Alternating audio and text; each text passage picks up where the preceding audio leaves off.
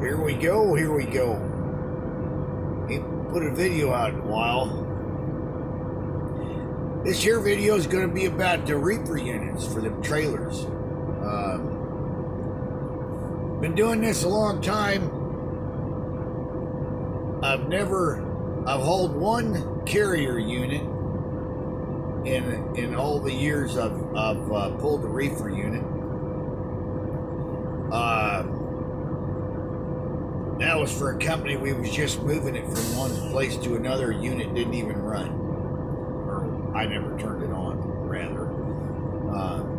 So when we bought these trucks here, like the one I'm sitting in, we bought two of them, so we had to buy two trailers. We was looking for Thermo King, but like everything else, there's a shortage of this, that, and the other. Most of your regular dealers don't even have any trailers. So we found these out in Nebraska, but they had the carrier the carrier unit 2500 on it. So we went ahead and bought them. I've been thoroughly impressed with them, by the way. Still Great Dane trailer like we normally have, but it's got that carrier 2500 on it. And like I said, I've been thoroughly impressed with it until the other day. I was there, I unloaded there in San Antonio at our regular spot, and little woman found me this load out of Laredo, but it come to find out it wasn't going to load until a day later. And the same broker we deal with on a regular basis is the one we got it from, and he calls the little woman back and says, if you don't want that one, we got another one going the same place, but it loads today. It loads a day earlier, but it's got 3 pickups, and it's in the lower valley.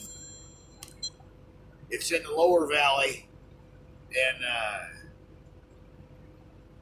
so the little woman tells me that, and I get my stuff figured out, all done up on the last load.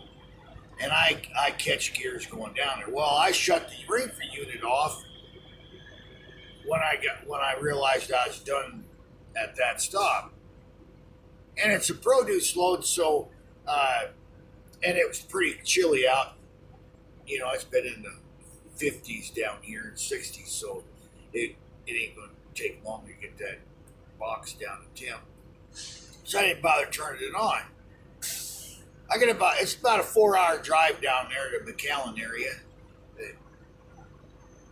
It starts raining, and these new trucks got all that safety crap on them. So it cuts the cruise control off. It's got that adaptive cruise control. And so it cuts the cruise control off and puts that little slippery road thing on there and puts the traction control and all this other stuff, you know. So I realize, hey, that's what it is, you know, it's a safety deal. But I get down there and to Westlaco was my first pickup, and they said it's not ready, it's not over the border yet, and they don't know where it's at. I could go over to my other 2 pickups,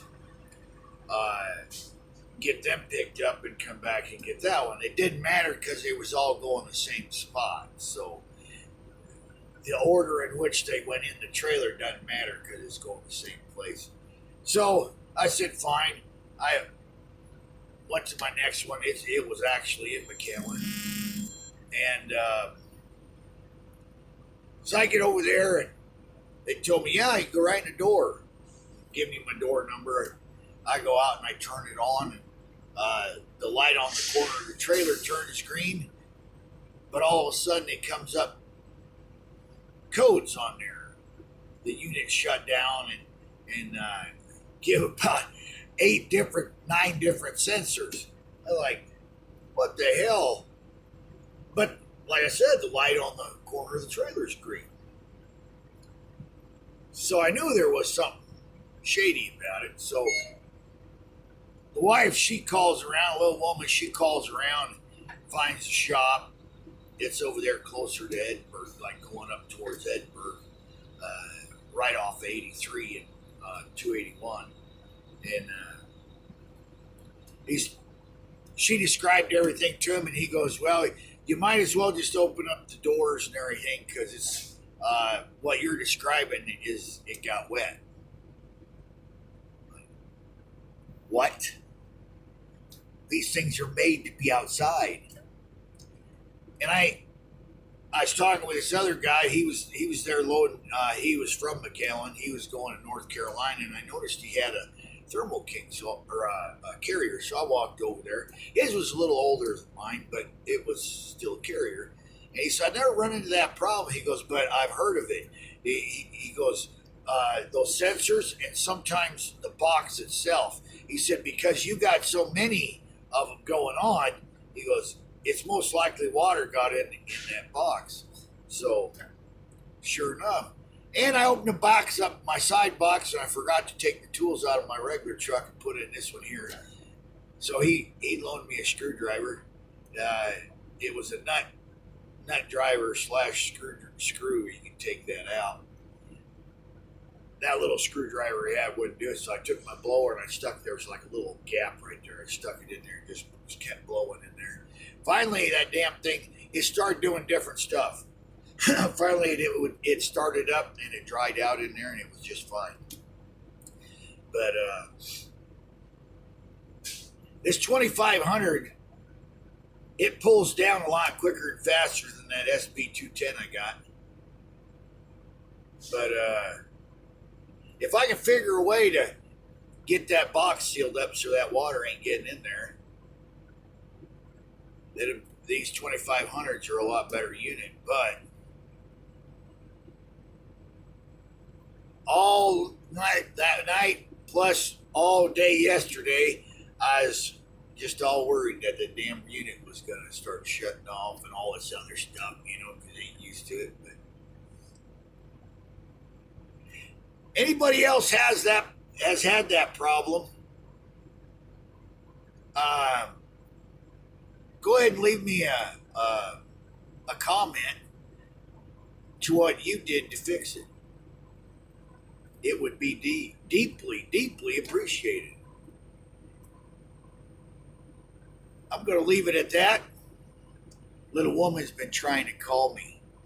You can see my hand going up there swiping. She's going to holler at me for not answering the phone. She's probably just, it's Saturday today. She's probably just going shopping anyway. Hello, come in. Like I said, I'm going to leave it right here. Leave me some comments.